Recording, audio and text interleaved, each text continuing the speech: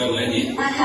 सपना पुरा यतिले मात्रै काम हुन्छ मेरो सपना पुरा। जब तिमीलाई यो घरबाट निकालेर सडकको बास गराउँछु नि अनि मात्रै हुन्छ मेरो सपना पुरा। राधा के कुरा गरेकी तिमी मजाक गर्दैछौ? मजाक? म किन मजाक गर्ने? मजाक त तिमीहरूले पुतलीसँग गर्यौ। पुतली के कुरा गरेकी राधा? मैले के बुझ्नै सकेको छैन। पुतलीलाई तिमी कसरी चिन्छौ? होइन के कुरा गर्दैछौ तिमीहरूले? के भयो? अझै के कुरा गर्दैछौ भन्छौ? एउटा छोरा जन्माउन नसक्ने भनेर पुतलीलाई घरबाट निकाल्ने तिमी होइनौ? पुतली होइन, पुतलीलाई कसरी चिन्छ अहिले?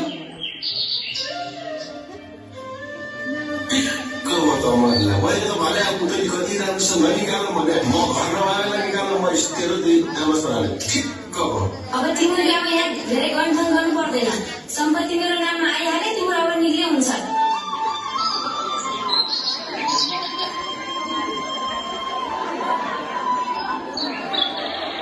बुहारी पुतलीलाई रुवाउँदै घरबाट निकालेकी सुन्दरी पुतलीका श्रीमान राजु आज राधाका कारण घरबाट विहीन भएका छन्। यस्तै समय हेर्न राति भए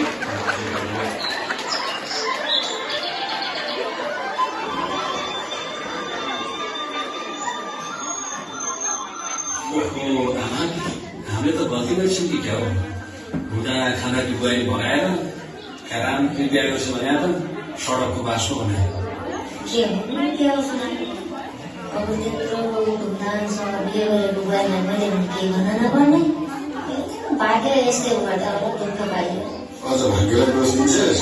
मैले त पहिल्यै भने पुतलीलाई घरबाट ननिकाले हुन्थ्यो भनेर। म नभएको बेला घरबाट निकालिस् तेरो आमा छोराले गर्दा मैले पनि दुःख पाएँ। अब के गर्ने तिमीहरू आफै जान।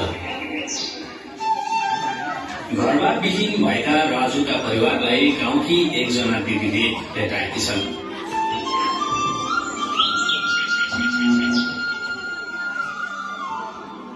होइन है राजुकी आमा, कहाँ यो सबै परिवारै हातमा कुलो बोकेछौ, यिनीहरूले पनि झोला बोकेका छन्। बसाइसराई गरेर जानै लाग्यो के हो?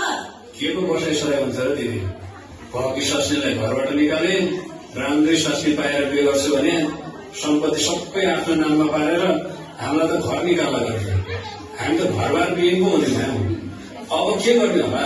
तपाईँलाई के थाहा छ त? अरू त मलाई क्या थाहा हुँदो र राजुभाइ।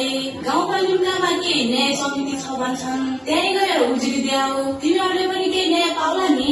हेर हुँदा खाँदा बुहारीलाई घरबाट निकालेर दुःखै पायो।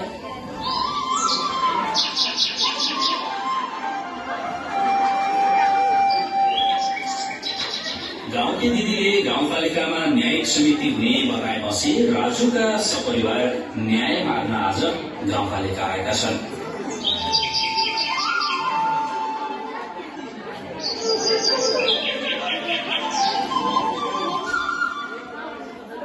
उपाध्यक्षज्यू नमस्कार।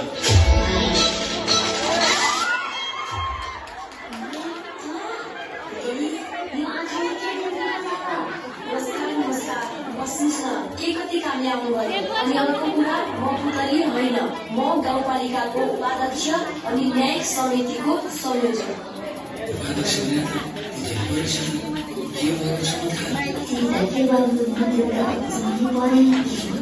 कि होइन पुतली?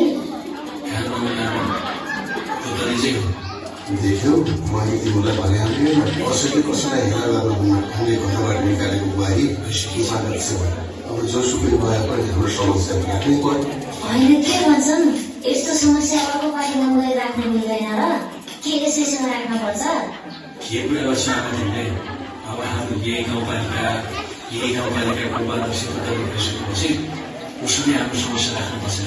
त्यो दिदीले पनि न्यायिक समितिको बारेमा भनेको थिइन्। हामीले जेसुकै गरे पनि पुतलीले त पक्कै हाम्रो सहयोग गर्ने नि। हेलो, कहाँ रहनु तपाईँहरू? मेरो अरू पनि थुप्रै काम छ है। के समस्या हो तपाईँहरूको भनिहाल्नुहोस् है। हेर्नुहोस् न उपाध्यक्षज्यू, एउटा केटी साह्रै मन परेर बिहे गरे। बिहे गर्नुभन्दा पहिला सम्पत्ति सबै मेरो नाममा गरिदिनुपर्छ भन्थे। अब मन परेको मान्छे के रात गर्ने भनेर सबै सम्पत्ति उसकै नाममा गर्थे। सम्पत्ति नाममा गर्ने बित्तिकै हामीलाई घरबाट निकाल्थे। हामी त घरबाट बिहे भयो उपाध्यक्षज्यू। लौ न, न्यायिक समितिमा न्याय पाइन्छ भनेर आएको। हामीलाई न्याय दिनु पर्यो उपाध्यक्षज्यू। हो उपाध्यक्षज्यू, त्यसले हामीलाई बर्बाद पारे, घरको मान्छेलाई रोडमा बताए। घरको सम्पत्ति आफ्नो नाममा राखेर हामीलाई घरबाटै निकाल्थे। लौलो अध्यक्षलाई नि यो बुढेसकालमा हाम्रो वियोग भयो। यही बुढी र छोराको कारणले गर्दा मैले आफूले कमाएको सम्पत्ति पनि गुमाउनु पर्यो। तपाईँ त न्यायिक समितिको संयोजक जस्तो मान्छे, हाम्रो डुबेको सम्पत्ति फिर्ता गराइदिनु पर्यो उपाध्यक्षलाई नि।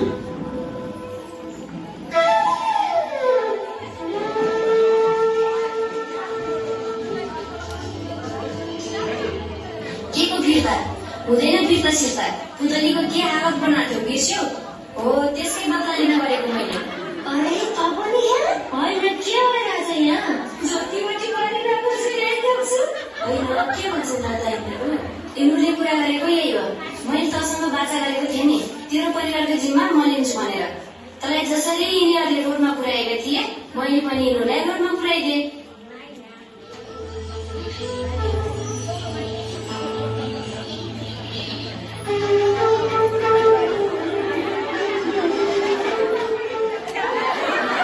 हेर्नुहोस्, कसैले पनि कसैलाई विभेद गर्नु हुँदैन।